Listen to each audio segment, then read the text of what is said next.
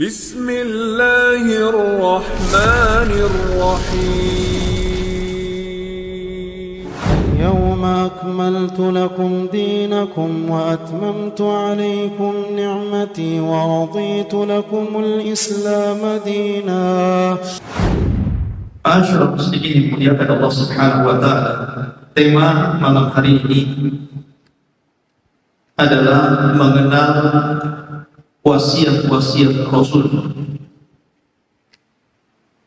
terutama wasiat Nabi sallallahu alaihi wasallam yang merupakan akhir wasiat beliau ketika Nabi sallallahu alaihi wasallam melaksanakan haji yang terakhir beliau, atau disebut dengan Hajjatul Wada'. Wasiat ini teramat penting sekali untuk kita kenali, karena kalaulah seandainya orang tua kita sebelum meninggal dunia kemudian berwasiat kepada kita, tentu kita ingin melaksanakan wasiat orang tua kita. Bahkan sebagian orang takut kalau seandainya tidak menunaikan wasiat orang tuanya. Bagaimana pula kalau yang berwasiat itu adalah Rasul sallallahu alaihi wasallam? Tentu wasiat Rasul jauh lebih mulia dibandingkan wasiat orang tua kita sebelum wafat. Masyaallah muslimin dimuliakan Allah Subhanahu wa taala. Kita tahu bahwa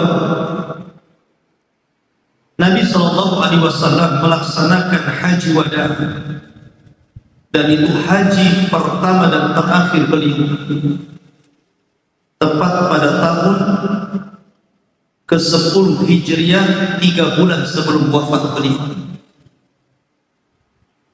Karena Nabi sallallahu alaihi wasallam wafat pada bulan Rabiul Awal, hari Senin di tahun ke-11 Hijriah. Dan Nabi sallallahu alaihi wasallam haji di bulan Dzulhijjah, di tanggal 8 Dzulhijjah dan diakhiri sampai 13 Dzulhijjah. Maka dari Dzulhijjah ke Rabiul Awal itu hanya ada 3 bulan. Muharram, Safar, Rabiul Awal. Jadi jarak wafat Nabi sallallahu alaihi wasallam ke haji itu cuma 3 bulan saja. Artinya bahwa Nabi sallallahu alaihi wasallam tidak lama setelah haji beliau kemudian beliau pupus dan pulang ke rahmat Allah. Masyaallah muslimin dimuliakan Allah Subhanahu wa taala. Kita tahu bahwa setelah haji Nabi sallallahu alaihi wasallam ada satu ayat yang merupakan penegasan tentang bahwa apa yang disampaikan Nabi sallallahu alaihi wasallam itu sudah semuanya.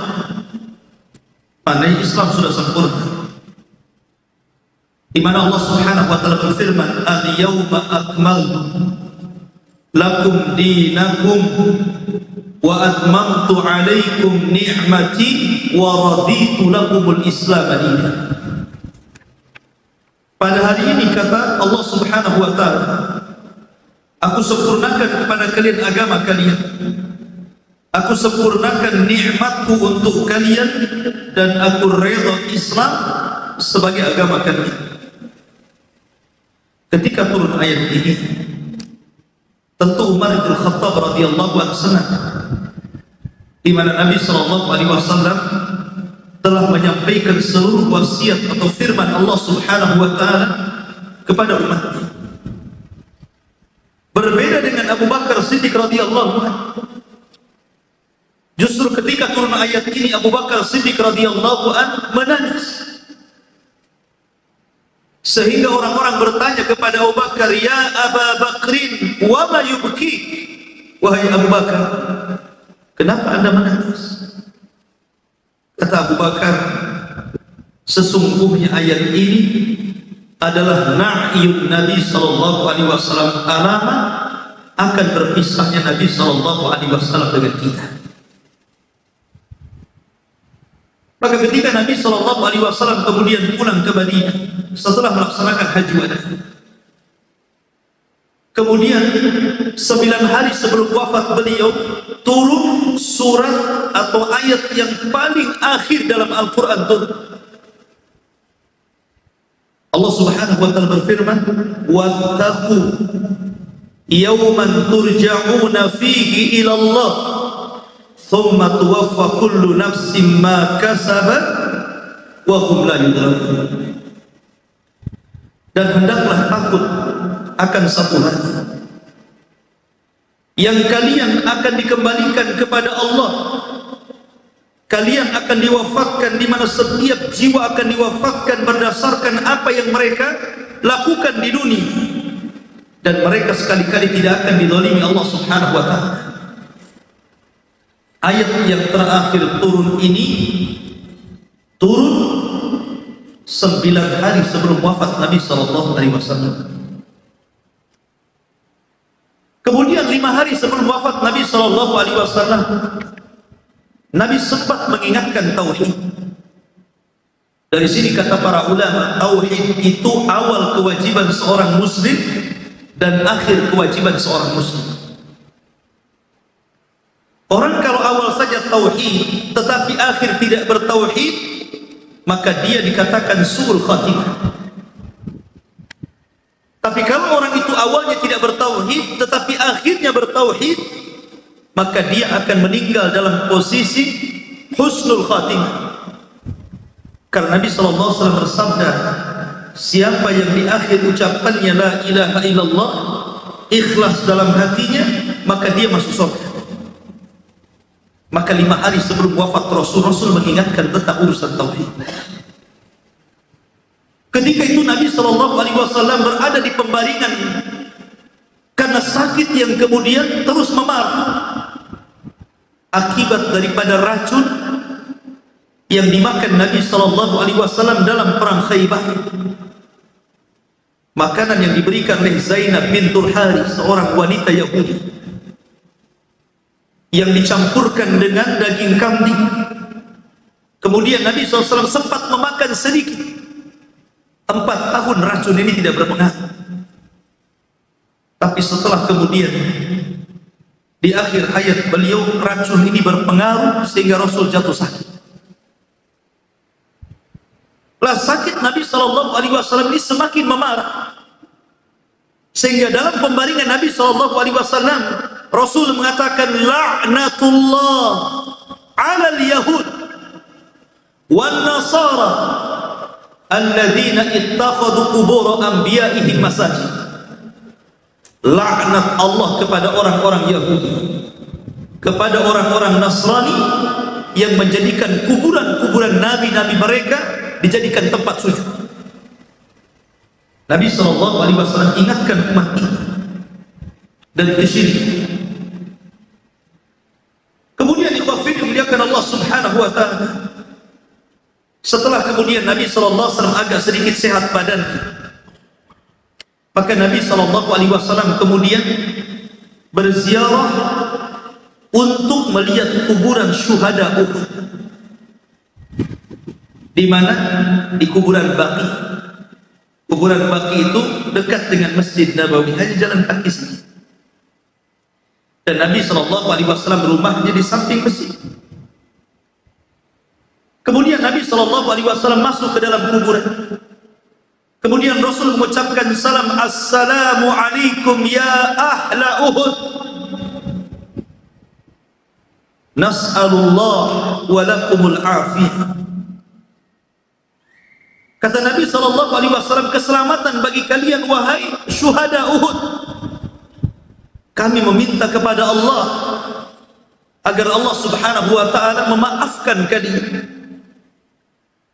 Kemudian Rasul mengatakan, antum as-sabiqun wa nahnu insyaallah bikumul lahiqun. Kalian semua telah mendahului kami dan kelak kami juga akan menyusul kalian. Maka Nabi SAW pulang dari kuburan Uhud, kuburan Baqi. Sepanjang jalan Nabi SAW menangis.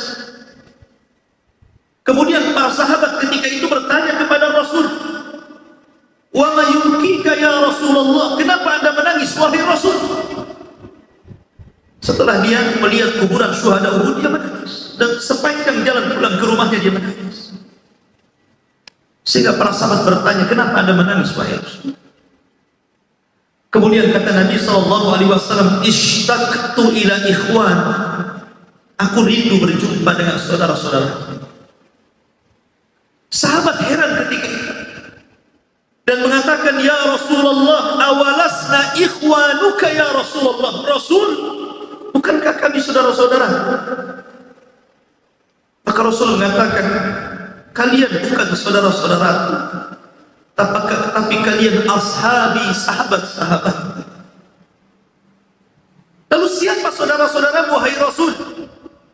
Maka Nabi SAW mengatakan, aqwam ya'tuna min ba'di yu'minuna bi walam yarawni.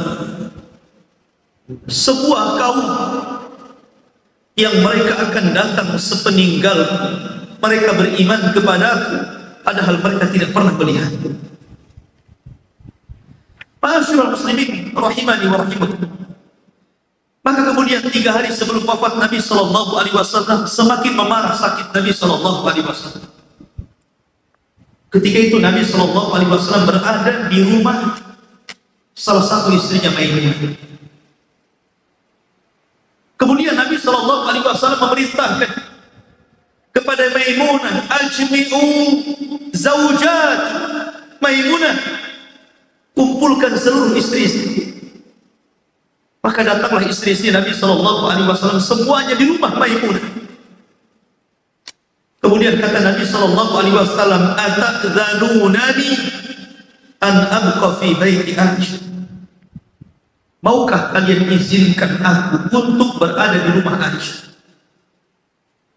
Maka seluruh istri-istri Nabi mengatakan, ya, kami izinkan Anda wahai Rasul untuk berada di rumah Aisyah radhiyallahu anha. Ketika itu Nabi SAW berusaha bantu, tapi karena sakit yang parah Rasul tidak bisa bantu. Akhirnya datanglah Ali bin Abi Thalib radhiyallahu anhu dan juga Fadl ibn Abbas radhiyallahu anhu. Kemudian memapah Nabi SAW, mengantarkan dari rumah Maimunah ke rumah Aisyah radhiyallahu anha.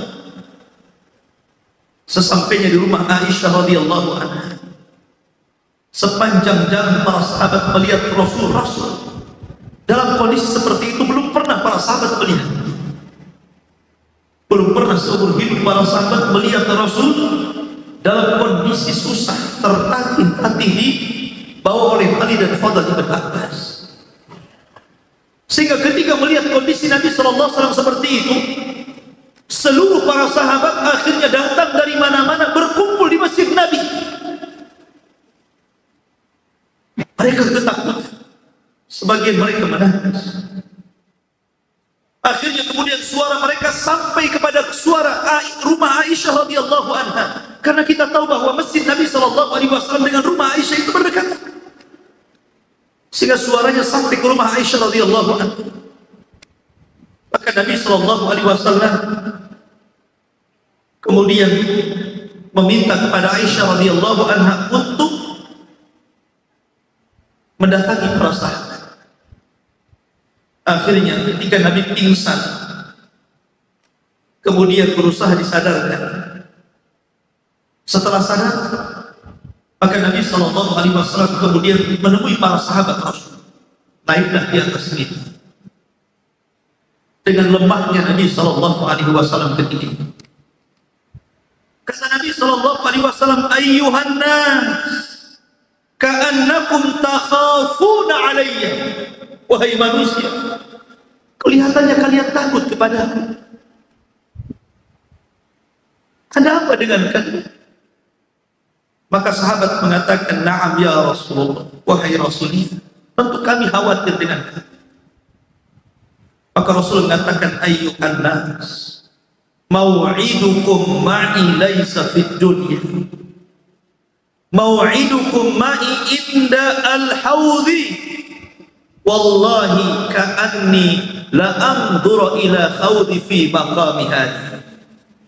Kata Rasul, sesungguhnya perjanjian kalian denganku bukan di dunia, tapi perjanjian kalian bersamaku kelak di telaga Allah Subhanahu wa Ta'ala di akhirat. Seolah-olah dari tempatku ini aku sudah melihat telaga.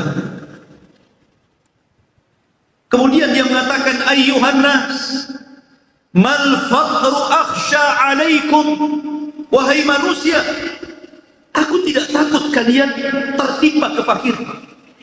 Aku tidak takut. Walakin akhsha alaikum an tubsatat dunya. Yang aku takutkan kalaulah dunia kemudian dibentangkan kepada kalian. Fatanafasuha kama tanafasul ladina min qablikum. Kemudian kalian berlomba-lomba semangat mengejar dunia sebagaimana berlomba-lombanya orang dahulu mengejar dunia. Fatuhlikukum kama ahlakatkum. Fatuhlikukum kama ahlakatkum. Maka dunia akan menghancurkan kalian sebagaimana orang dulu dihancurkan dunia. Kemudian Nabi sallallahu alaihi wasallam mengatakan, ayyuhan nas ittaqullaha fin nisa. Wahai manusia, jagalah wanita-wanita kalian. Usikum bin nisa'i khairan. Aku wasiatkan kepada kalian, jagalah wanita-wanita kalian, istri-istri kalian, anak perempuan-perempuan kalian. Kemudian Rasul mengatakan, Allahus salatus salat. Jaga salat oleh kalian. Jaga salat. Ariqa'akum. Jagalah budak-budak kalian, pembantu-pembantu kalian. Kemudian Nabi sallallahu alaihi wasallam ketika itu mengatakan dalam kelemahan, kata Nabi sallallahu alaihi wasallam di hadapan para sahabat ketika itu, walaupun dalam riwayat ada yang mengatakan riwayat ini dhaif, tapi riwayat ini masyhur dari kalangan ahli sejarah. Kata Nabi sallallahu alaihi wasallam, "Man kuntu darabtu dhahra." Siapa yang dulu pernah kupukul pundaknya, fa hadza dhahri falyaqtasim. Nih punggung. Silahkan kisah sekarang.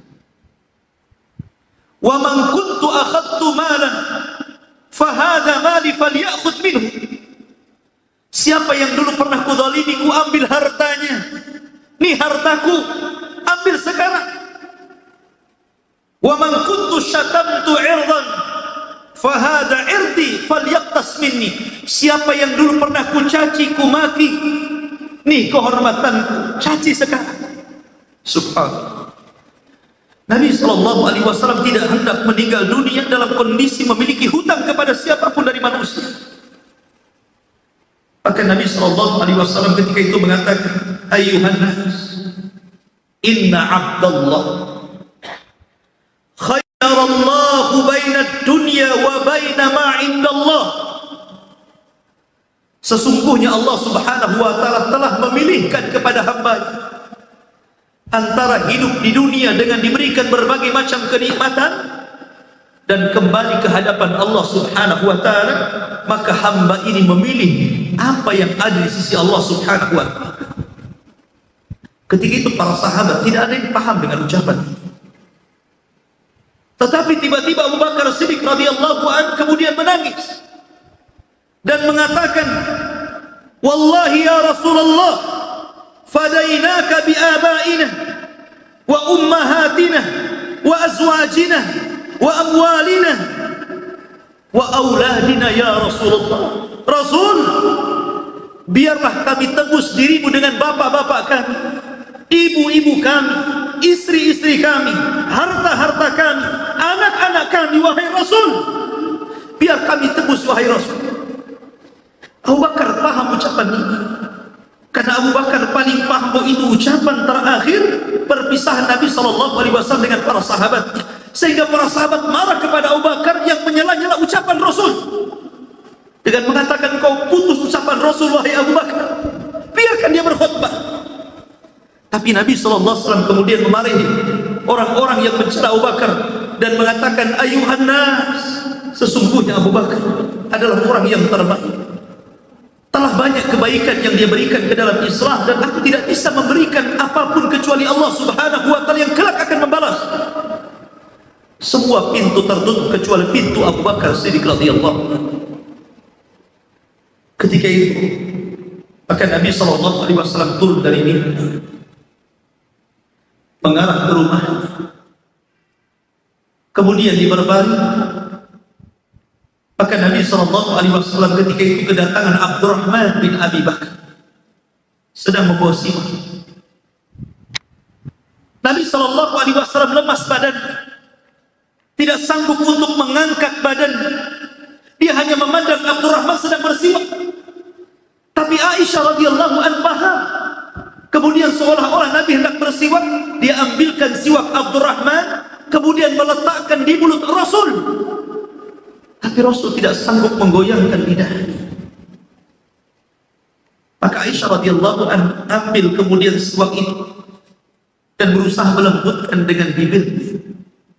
Setelah lembut, kemudian Aisyah radhiyallahu anha menyiwakkan di gigi Nabi SAW. Demi Allah, kata Aisyah, aku tidak pernah melihat Rasul bersiwak seindah itu. Ketika itu Fatimah masuk. Fatimah bintu Nabi SAW. Kata Nabi SAW, "Udnu minni ya Fatimah." Kemari dekat. Kemudian Nabi SAW membisikkan, fahaddatsaha syai'an. Dia bisikkan sesuatu di telinga Fatimah. Fabakat Fatimah. Tiba-tiba Fatimah menangis. Setelah itu Nabi SAW mengatakan, "Udnu minni Fatimah." Kemari lagi wahai Fatimah, dekatkan kembali telinga. Fahaddatsaha syai'an. Kemudian Nabi SAW mengucapkan sesuatu lagi. Fadhahika. Tiba-tiba Fatimah tertawa. Setelah wafatnya Nabi SAW, Aisyah bertanya kepada Fatimah, "Wahai Fatimah, ketika Nabi SAW membisikkan pertama engkau menangis, ketika Nabi SAW membisikkan kedua engkau tertawa, macam mana engkau bisa mempertemukan dalam satu waktu menangis dan tertawa? Apa yang dibisikkan Rasul kepadamu sebenarnya?"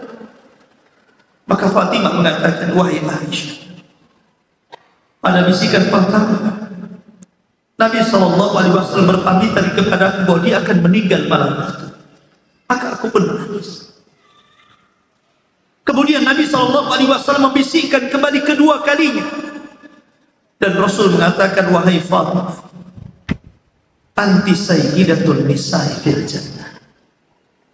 Bahwa engkau adalah kelak yang akan menjadi pemimpin para wanita di sorga, dan engkau satu-satunya keluargaku yang akan menyusulku sepeninggalku. Betullah setelah 6 bulan dari wafat Rasul, Fatimah menyusul meninggal dunia. Maka ketika Nabi SAW semakin memarah, Rasul menceritakan pengaruh racun kepada Aisyah radhiyallahu anha. Maka Nabi SAW, "Akhrijuha." Keluarkan mereka semuanya. Rasul meminta agar orang-orang yang berada di rumah itu keluar semuanya. Akhirnya semua keluar, kecuali Nabi SAW dan Aisyah radhiyallahu anha di kamar. Ketika itu Nabi SAW meletakkan kepalanya di paha Aisyah radhiyallahu anha, menempel di dada Aisyah radhiyallahu anha, wanita yang paling dicintai Nabi SAW. Tiba-tiba Nabi SAW mengatakan, "Ila rafiqil a'la, ila rafiqil a'la." Aku memilih untuk menemui saudara-saudaraku yang ada di atas sana.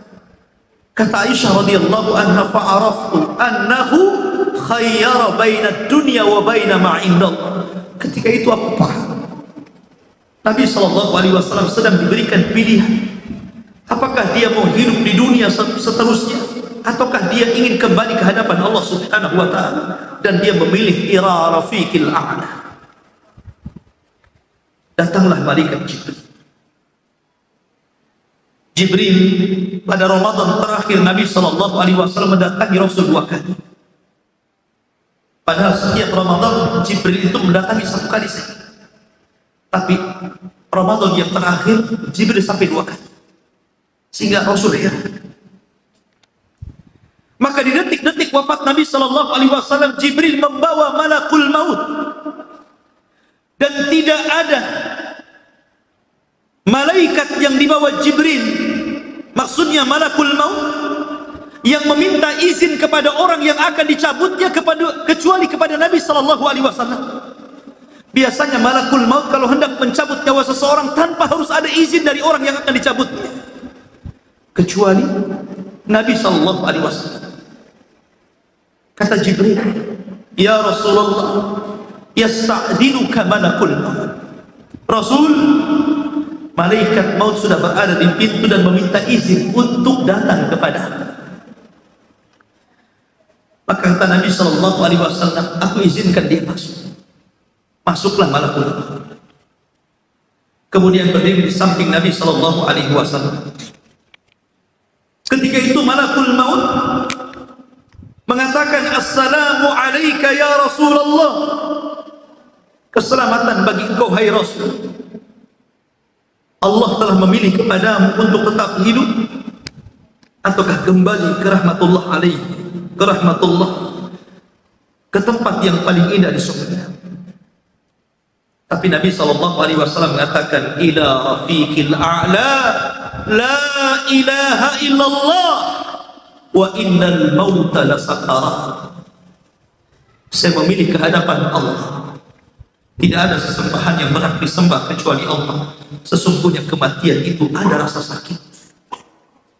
Maka malaikat Jibril, malaikat maut, mengatakan, "Ya ayyuhar ruhu thayyibah, ruhu Muhammad ibn Abdullah, ukhruji ila ridwanillahi ta'ala." Wahai ruh yang baik, ruh Muhammad bin Abdullah, keluar kepada keridhaan Allah subhanahu wa ta'ala. Maka ketika itu Nabi SAW meninggal dunia tepat di hari Senin pada bulan Rabiul Awal pada tahun ke-11 Hijriah.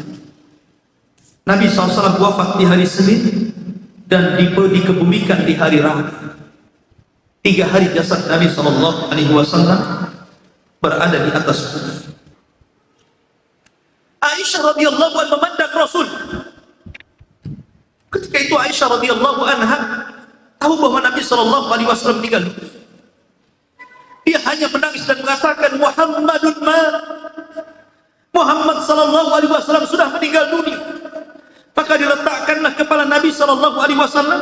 Bergegaslah Aisyah kemudian membuka pintu ke arah masjid Nabi dan mengatakan, "Muhammad kan mat."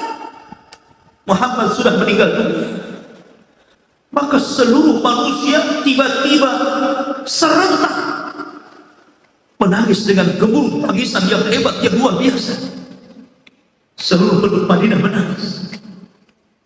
Ali radhiyallahu anhu terduduk dan tidak bisa bergerak dan tidak mungkin bangkit. Kelemahan beliau mendengar Rasul meninggal dunia. Utsman bin Affan radhiyallahu seolah-olah seperti anak-anak, hilang akalnya. Dia melihat ke kanan ke kiri seolah-olah tidak tahu apa yang dicari. Umar bin Khattab mencabut pedangnya, kemudian mengatakan, "Siapa yang mengatakan Muhammad mati, ku penggal lehernya." Muhammad sama dengan Musa sedang pulang kepada Allah dan akan pulang kembali setelah 40 hari untuk mematahkan tangan dan kaki orang-orang munafik. Seluruh para sahabat kebingungan ketika itu, kecuali Abu Bakar Siddiq radhiyallahu anhu. Subhanallah, hanya Abu Bakar Siddiq radhiyallahu anhu Allah berikan ilham ketenangan. Datanglah Abu Bakar Siddiq radhiyallahu anhu menegur Umar bin Khattab yang ketika itu sesumbar dan sesumbar. Kata Abu Bakar, "Usbut ya Umar, diam Umar, ijlis." Tapi Umar terus bicara. Maka Abu Bakar tidak mempedulikan Umar. Dia masuk ke kamar Aisyah radhiyallahu anha, dilihatnya Rasul sallallahu alaihi wasallam sudah terbujur, sudah meninggal dunia. Kemudian disingkap wajah Nabi SAW, kemudian dicium keningnya, kemudian mendoakan Rasul dan memuji-muji. Abu Bakar pun keluar. Naiklah Abu Bakar ke atas mimbar Rasul. Kemudian Abu Bakar mengatakan, "Ayyuhan nas, man kana minkum ya'budu Muhammadan, fa inna Muhammadan wa man kana minkum ya'budullaha fa innallaha hayyun la yamut. Hei manusia, siapa di antara kalian yang masih menyembah Muhammad, ketahuilah Muhammad sudah meninggal dunia. Tapi kalau kalian menyembah Allah Subhanahu wa ta'ala, ketahuilah Allah zat yang tidak akan pernah mati dan akan senantiasa hidup. Kemudian Abu Bakar Siddiq radhiyallahu membacakan satu ayat. Kata Abdullah bin Abbas radhiyallahu anhuma, ketika mendengar para sahabat ayat yang dibacakan Abu Bakar, seolah-olah sahabat baru sadar, dan seolah-olah ayat itu seolah-olah baru turun ketika itu, pada ayat ini sudah jauh di zaman Rasul masih hidup ayat itu. Kemudian Abu Bakar mengatakan, wa ma Muhammadun illa rasulun qad khalat min qablihi ar-rusul afa in mata aw qutila qalabtum ala aqabikum wa man yanqalib ala aqibaihi fala yadurrullaha syai'an wa sayazillahu syakirin. Tidaklah Muhammad itu melainkan sama dengan rasul-rasul yang lain. Apakah kalau dia mati atau dibunuh kalian akan kembali murtad lagi ke belakang kalian? Demi Allah, siapa yang murtad lagi ke belakang kalian tidak mencelakakan Allah sedikit pun, karena Allah hanya akan membalas kepada orang-orang yang bersyukur kepadanya. Ma'asyiral muslimin rahimani wa rahimakum. Maka Nabi SAW jauh sudah meninggalkan kita semua, tapi Rasul selalu merindukan kita. Apa kata Nabi? Aku rindu dengan saudara-saudara. Kata para sahabat, awalasna ikhwanuka ya Rasulullah, Rasul, bukankah kita saudara, wahai Rasul? Kata Rasul, bukan, kalian sahabat. Saudara-saudaraku itu satu kaum kita yang datang sepeninggal. Mereka beriman kepadaku dan tidak pernah melihat Nabi SAW. Allahumma salli ala. Ma'asyiral muslimin yang dimuliakan Allah Subhanahu wa ta'ala. Sebelum meninggal Nabi SAW, Nabi SAW pernah berkhutbah dengan khutbah yang luar biasa. Seumur hidup Rasul tidak pernah berkhutbah sehebat itu. Khutbah yang mengingatkan segala hal. Khutbah yang paling besar, Arafat dunia, yang dikenal sepanjang dunia. Tidak ada khutbah yang paling besar kecuali khutbah ini. Para ulama menyebut dengan khutbatul hajjatil wada, khutbah hajah atau haji wada, atau dikenal dengan khutbah Arafah. Pada hari Jumat, ketika Nabi SAW berada di padang Arafah, di tempat yang sangat mulia, di waktu yang sangat mulia, Nabi SAW berceramah di hadapan para sahabat, mengingatkan berbagai macam hal. Salah satunya kata Nabi SAW, isma'u qawli, dengarkan ucapan wahai para sahabat. La'alli la adri, boleh jadi aku tidak tahu. La alqakum ba'da ami hadha fi mawqifi hadha abada, boleh jadi setelah khutbah ini, kata Rasul, aku tidak mungkin lagi berjumpa dengan kalian di tempat yang ku berpijak di sini. Sahabat ketika itu kaget, kenapa Rasul bisa ngomong seperti itu? Seolah-olah Nabi SAW akan berpisah.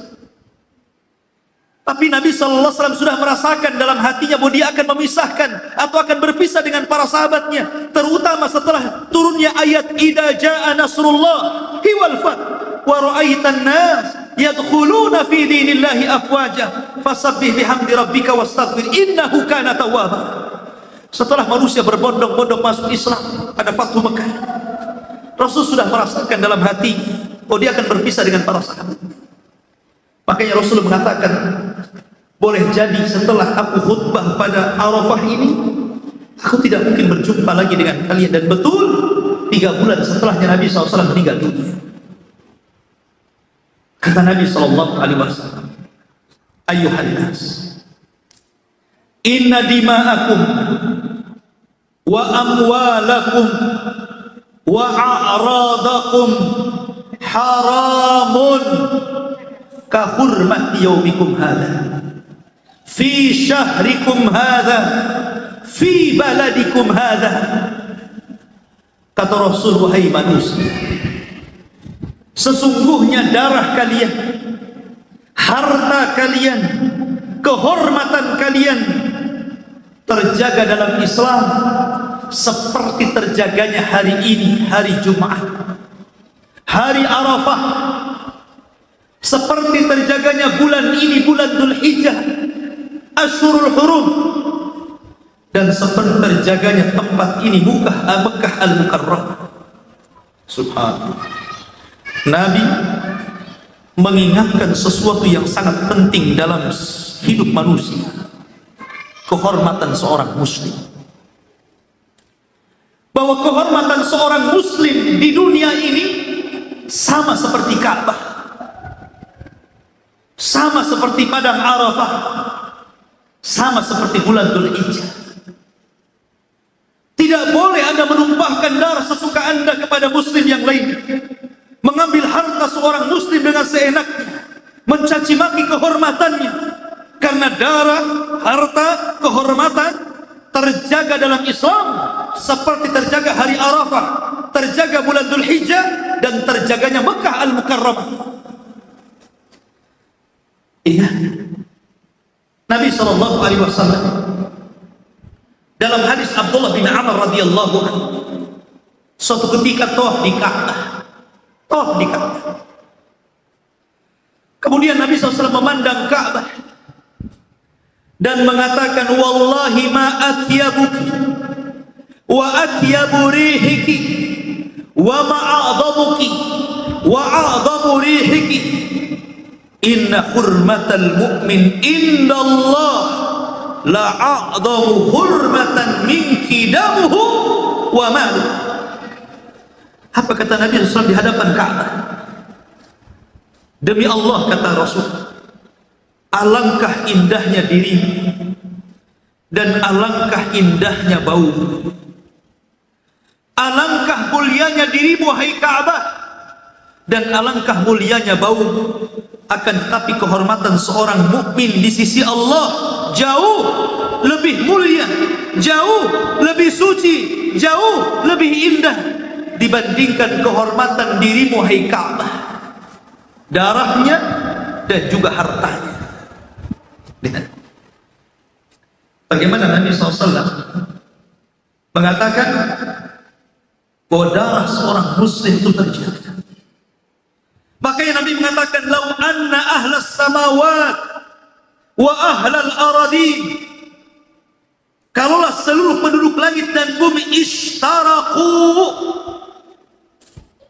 fi safki dami mri'in muslim, mereka berserikat untuk menumpahkan darah seorang muslim, la akabbahumullahu fin nari jahannam, tentu Allah akan menenggelamkan mereka ke neraka jahannam. Semuanya. Kalau seandainya seluruh penduduk langit dan bumi itu berkumpul, kemudian berserikat untuk menumpahkan satu darah dari seorang muslim, cukup bagi Allah menenggelamkan mereka semuanya ke dalam api jahannam. Makanya Nabi SAW mengatakan, la naqtulal ka'bata hajaran hajaran khairun atau ahwanu indallah min iraqata dami muslim. Kalaulah Ka'bah itu dihancurkan sekeping demi sekeping, masih lebih ringan dosanya dibandingkan Anda membunuh seorang muslim.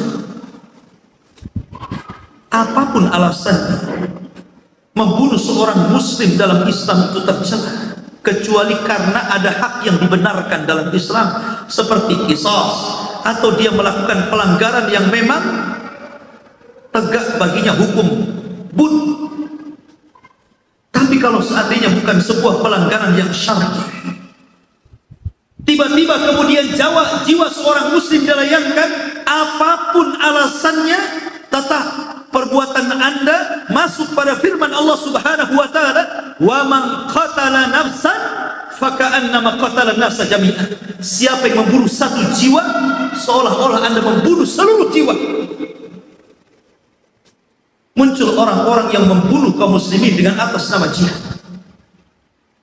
dengan mengatasnamakan li'la'i kalimatillah, meninggikan kalimat Allah, membunuh kaum muslimin dengan sebutan la ilaha illallah. Angkat semua kalimat-kalimat, alasan apapun yang kalian kemukakan. Kalau anda membunuh saudara kalian tanpa ada hak yang dibenarkan dalam Islam, maka anda telah melakukan kabairud dzunub, dosa dari dosa-dosa besar yang pernah dilakukan oleh nenek moyang mereka Qabil ketika membunuh saudaranya Habil. Maka Islam sangat melindungi Rasul, sampai dalam khutbahnya mengingatkan soal darah kaum muslim.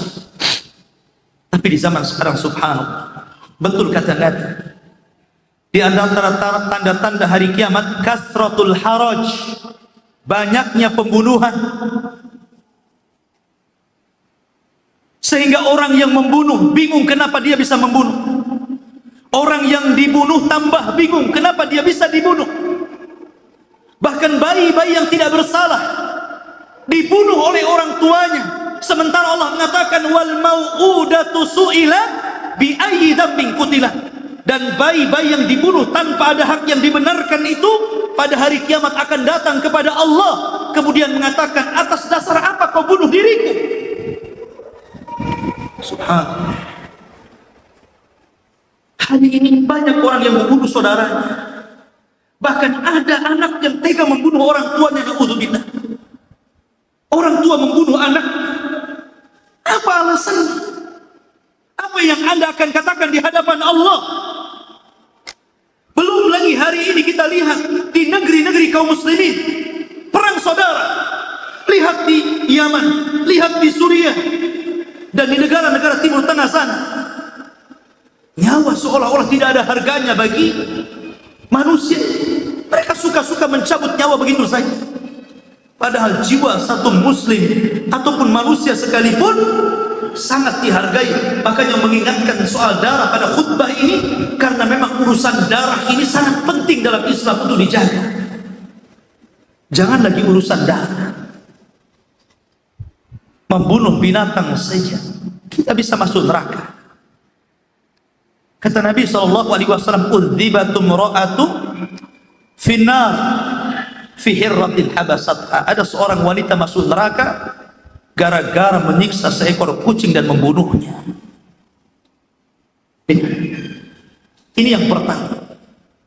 Rasul mengingatkan soal darah, soal harta, soal kehormatan. Jangan dirobek darah, harta, dan kehormatan seorang muslim. Yang kedua, Nabi SAW mengingatkan tentang sepak terjang syaitan.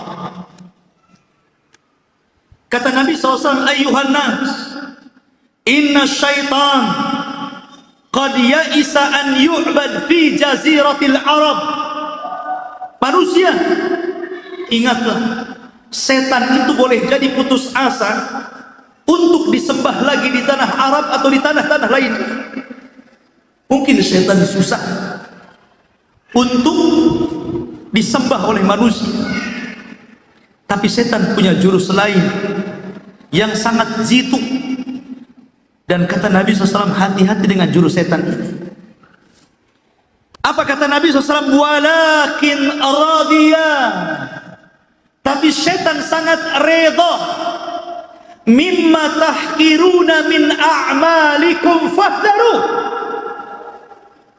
Tapi setan senang, setan ridha terhadap apa-apa yang kalian remehkan dari amalan-amalan kalian. Hati-hati kalian, hati-hati kalian, jangan pernah meremehkan amalan apapun dalam Islam. Setan menggiring kita untuk supaya kita meremehkan dosa, akhirnya masuk pada dosa zina. Setan kemudian menganggap remeh atas dosa riba, akhirnya orang makan riba. Setan memandangkan pada pandangan kita tentang remehnya dosa uququl walidain, akhirnya orang durhaka kepada orang tua.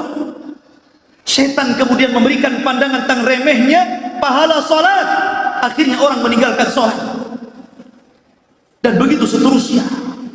Akhirnya orang mulai remeh memandang salat, zakat, puasa, remeh memandang kebaikan kepada orang tua, berbuat baik kepada tetangga. Kemudian remeh tentang pahala membaca Quran, zikir dan yang lainnya. Akhirnya kemudian semakin mereka menumpuk-numpuk dosa dan tidak perhatian kepada pahala, lambat laun akhirnya mereka kufur, kemudian mengikuti syaitan. Itulah syaitan. Rasul mengingatkan akan jurus syaitan. Dalam riwayat, walakin aradiya fi tahris bainakum.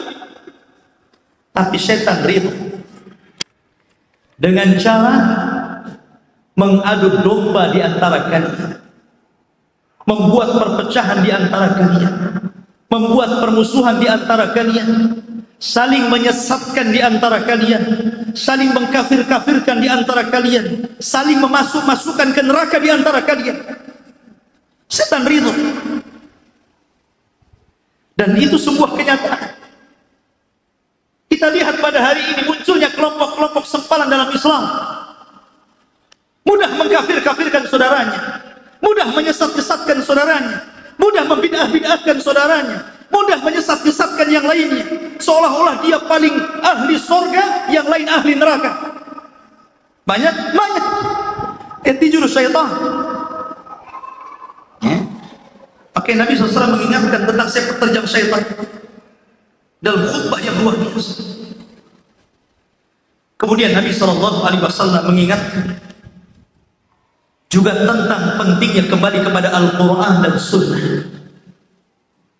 Kata Nabi SAW, ayyuhan nas qad taraktukum ala kitabillahi wa sunnati. Wahai manusia, sudah kutinggalkan kepada kalian dua pusaka besar, kitab Allah dan sunnah.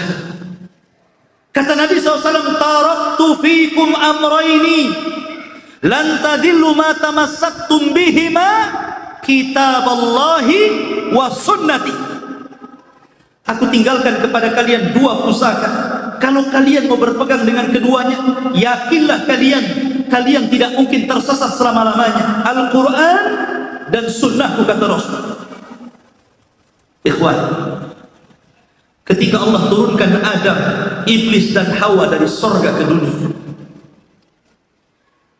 karena maksiat mereka yang mereka lakukan di surga, Allah katakan, qul nahbitu minha jami'an, keluar kalian semua dari surga.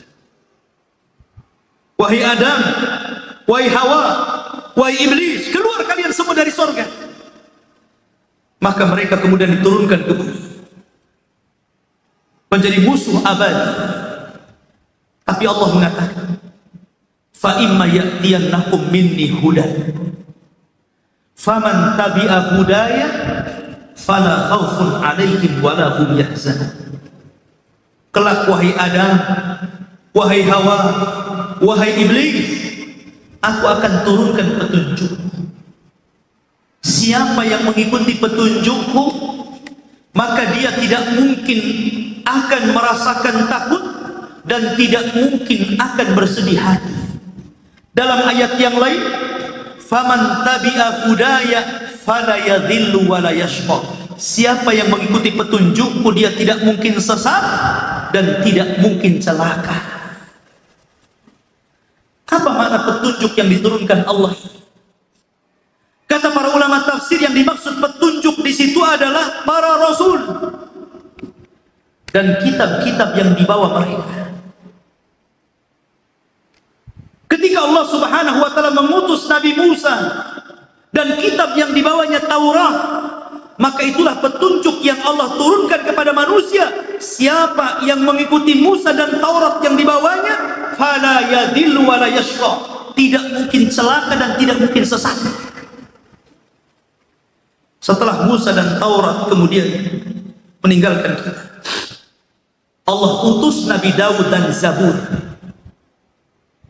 Maka siapa yang mengikuti Nabi Daud dan Zabur, berarti dia telah mengikuti petunjuk Allah, maka dia tidak mungkin tersesat dan tidak mungkin celaka. Kemudian Daud meninggal dunia, dan juga Zabur dilupakan manusia. Allah Subhanahu wa taala utus Nabi Isa bersama Injil. Itulah hidayah yang Allah turunkan. Maka ketika itu siapa yang mengikuti Isa bin Maryam dan Injil yang dibawanya, fala yadhillu wala yashqa, dia tidak mungkin tersesat dan tidak mungkin celaka. Kemudian setelah Isa meninggal dunia dan Injil pun dilupakan manusia, kemudian Allah utus Rasul Muhammad bin Abdullah salawatullah wa salamuhu alaihi, sayyidul anbiya'i wal mursalin, habibullah khalilur rahman, Muhammad bin Abdullah sallallahu alaihi wasallam, bersama Al-Quran yang dibawanya. Maka ketika kita mengikuti Rasul dan Al-Quran yang dibawanya, itulah petunjuk yang Allah turunkan. Faman tabi'a hudaya fala yadillu wala yashqa. Siapa yang mengikuti petunjukku, dia tidak mungkin tersesat dan tidak mungkin celaka. Taraktu fikum amrayn, kutinggalkan kepada kalian dua pusaka. Ini atasamtum bihima falan tadillu abada. Kalau kalian berpegang dengan keduanya, tidak mungkin sesat selama-lamanya. Quran dan sunnah, itulah petunjuk Allah. Subhanallah, luar biasa. Kemudian Nabi SAW mengingatkan kembali persoalan tradisi jahiliyah. Apa kata Nabi SAW? Ayuhan nas, wahai manusia, inna amran min umuril jahiliyati mawdu'un tahta qadami. Hei manusia, sesungguhnya perkara apapun dari perkara-perkara jahiliyah, dengan kedatanganku semuanya kuletakkan di bawah kaki. Dengan kedatangan aku dan Islam, maka tradisi jahiliyah yang tercela tidak ada lagi dalam Islam. Tidak ada lagi orang yang menguburkan bayi wanita hidup-hidup. Tidak ada lagi yang meremehkan kaum wanita. Tidak ada lagi saling menguasai antara si kuat dengan si lemah, antara si kaya dan si miskin. Semuanya rata. Tidak ada lagi tradisi riba. Tidak ada lagi tradisi dendam kesumat. Semua tradisi jahiliyah kuletakkan di bawah kakiku. Termasuk kata Nabi SAW, arbaun, ada 4 perkara yang tidak mungkin ditinggalkan semua urusan jahiliyah. Pertama, bangga dengan nasab, membenci nasab, kemudian meminta hujan dengan bintang, dan seorang wanita yang menangis karena kematian, mengeluh, niyaha. Tapi dengan kedatangan Islam semua dihapuskan, termasuk urusan dendam kesumat. Urusan dendam kesumat dalam Islam dihapuskan. Makanya Rasul mulai dari dirinya. Kata Rasul apa? Wa inna damal jahiliyati mawdu' tahta qadami. Ingat, seluruh yang berkaitan dendam kesumat kuhapuskan di bawah kakiku. Dan yang pertama kali kuhapuskan tentang urusan dendam ini adalah dendam Rabi ibn Harith. Rabi ibn Harith, anak dari paman Rasul, dibunuh secara zalim oleh kabilah Hudain. Dahulu ikhwan, di zaman sebelum diutusnya Rasul, kalau ada 2 kabilah berperang, bertempur, kemudian satu di antara kabilah itu mati, maka mereka akan membalas jiwa balas jiwa. Maka mereka akan menuntut darah siapapun dari kabilah yang sudah membunuhnya. Harus ada yang mati walaupun dia bukan pembunuhnya. Maka Nabi SAW mengatakan tidak ada lagi yang seperti ini. Yang ada hanya kisos, yang dibunuh, yang membunuh saja. Makanya Rasul mengatakan tidak ada dendam kesumat. Aku hapuskan dendam kesumatnya kematian Rabi bin Harith, dia anak paman. Termasuk Nabi SAW, termasuk riba jahiliyah, mawdu'un tahta qadami. Riba jahiliyah juga kuhapuskan di bawah telapak kakiku. dan yang pertama kuhapuskan riba pamanku sendiri Abbas bin Abdul Muttalib. Kenapa Rasul menghapuskan kerabat-kerabatnya dulu? Biar orang tahu dan mengikuti bahwa dalam berdakwah itu harus memulai dari keluarga dulu sebelum orang lain. Makanya Rasul membersihkan keluarganya dulu, baru orang lain. Kemudian Nabi SAW mengingatkan tentang urusan perempuan, urusan hak. Kata Nabi SAW, wastausu bin nisa'i khairan fa innama hunna awanun indakum laisa tamlikuna minhunna syai'an ghaira dhalik illa ayyatina bifahishatin mubayyinah fa in fa'alna fahjuruhunna fil madaji wadribuhunna darban ghaira mubarrih fa in ata'nakum fala tabghu alaihinna sabila. Aku wasiatkan kalian jaga istri-istri kalian, jaga istri-istri kalian, jaga dengan baik. Mereka adalah wanita lemah bagi kalian.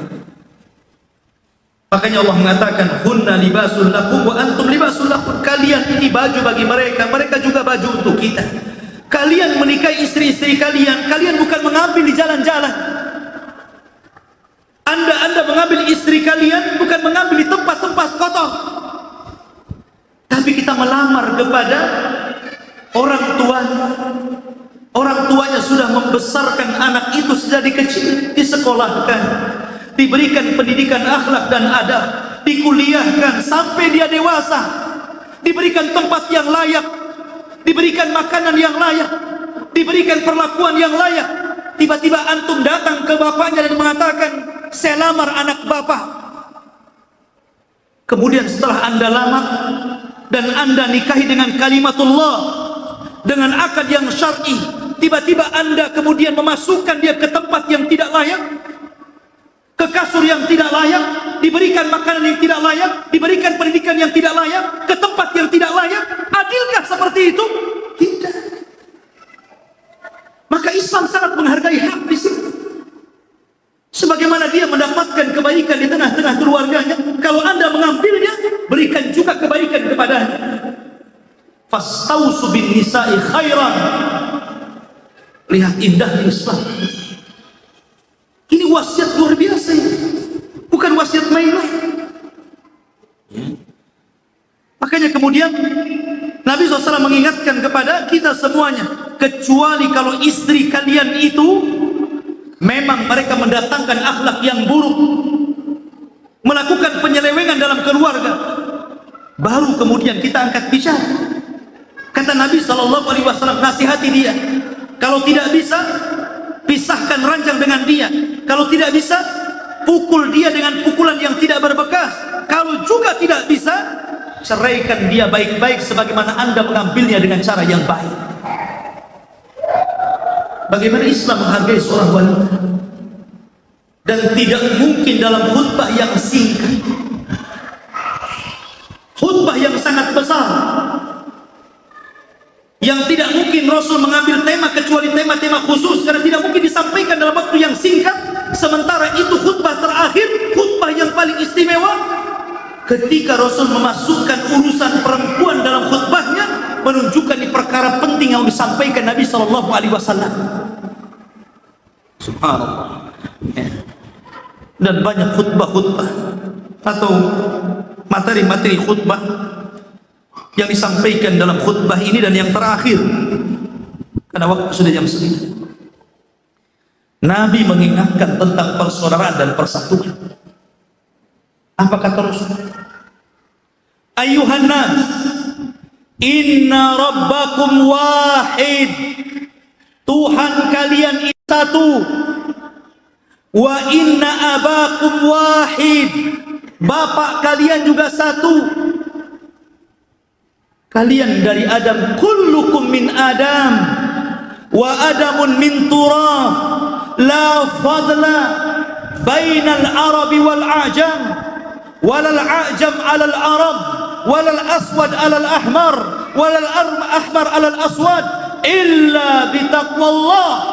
Maka Nabi membacakan sebuah ayat, inna akramakum indallahi atqakum. Kata Nabi SAW, bapak kalian satu Adam dari tanah. Tidak ada keutamaan bangsa Arab dengan non-Arab. Tidak ada keutamaan non-Arab dengan Arab.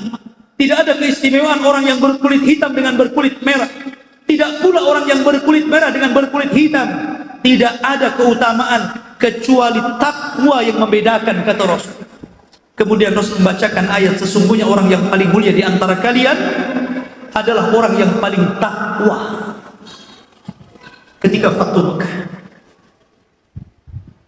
Nabi SAW sudah menaklukkan seluruh orang-orang musyrik yang ada di Mekah. Mereka tidak bisa apapun di hadapan Rasul. Rasul bisa saja membunuh mereka. Mereka sudah tidak punya kekuatan. Kalau Rasul pendendam, melihat bagaimana dahulu Nabi SAW disiksa, diusir, bahkan dibunuh, diancam bunuh, dibunuh para sahabat, dibunuh Rasul sehingga harus hijrah dari Mekah ke Madinah. Kalau itu mental Rasul, Rasul bisa saja mengatakan bunuh semua mereka. Tapi Nabi SAW membawa agama rahmat, bukan agama azab. Makanya Rasul mengatakan, idhabu fa antumut tulaqa, pulang kalian ku maafkan semua. Aku hanya bisa mengatakan seperti yang dikatakan Yusuf kepada saudara-saudaranya, la tasriba alaikumul yaum, tidak ada celaan hari ini kepada kalian. Saya sudah memaafkan kalian. Ketika orang berkumpul di sekitar Ka'bah, Nabi ingin merontokkan tradisi Arab yang membeda-bedakan antara si miskin si kaya, orang kuat dan orang lemah, pejabat dan rakyat biasa. Rasul ingin membuktikan hanya takwa yang mengusung dan menjadikan seorang mulia. Ketika Nabi SAW masuk ke dalam Ka'bah, kemudian Nabi SAW memanggil Bilal, Aina Bilal, Aina Bilal, di mana Bilal, di mana Bilal? Kemudian Nabi SAW mengatakan, sungguh aku telah teringat di tempat ini bagaimana dulu Bilal disiksa, dan mengatakan ahadul ahad, ahadul ahad. Maka hari ini aku ingin buktikan bagaimana mulianya seorang Bilal. Datanglah Bilal, kemudian diajak masuk ke dalam Ka'bah. Subhanallah, nikmatnya Bilal. Tidak ada satupun sahabat yang masuk kecuali Bilal dan Rasulullah. Masuk ke dalam Ka'bah, kemudian sholat 2 rakaat. Setelah sholat, keluarlah keduanya. Kata Nabi SAW, is'ad ilal Ka'bah ya Bilal, naik kamu ke Ka'bah. Ka'bah tinggi, Bilal tidak sanggup naik. Akhirnya Rasul mengatakan kepada Abu Bakar dan Umar, kemari wahai Abu Bakar, kemari wahai Umar, tundukkan pinggang punggungmu untuk Bilal. Akhirnya kemudian Abu Bakar menundukkan, dan Bilal naik di atas pundak Umar dan Abu Bakar, dan itu disaksikan seluruh manusia. Siapa yang tidak kenal Abu Bakar? Siapa yang tidak kenal Umar? Ingin menunjukkan betapa Islam itu mengangkat derajat Bilal. Bukan karena kekayaan, Bilal bukan orang kaya, dia orang miskin. Bukan karena nasab, karena dia tidak punya nasab, dia seorang budak. Tapi yang memuliakan Bilal adalah taqwallahi azza wa jalla. Naik dia ke pundak Abu Bakar dan Umar, berhasil naik ke atas Ka'bah. Kemudian dia azan pertama kali seumur hidup, dan azan pertama di Mekah. Allahu Akbar, Allahu Akbar. Seluruh penduduk Mekah bertakbir. Idza jaa nasrullahi wal fath wa ra'aitan nas yadkhuluna fi dinillahi afwaja fasabbih bihamdi rabbika wastaghfir innahu kana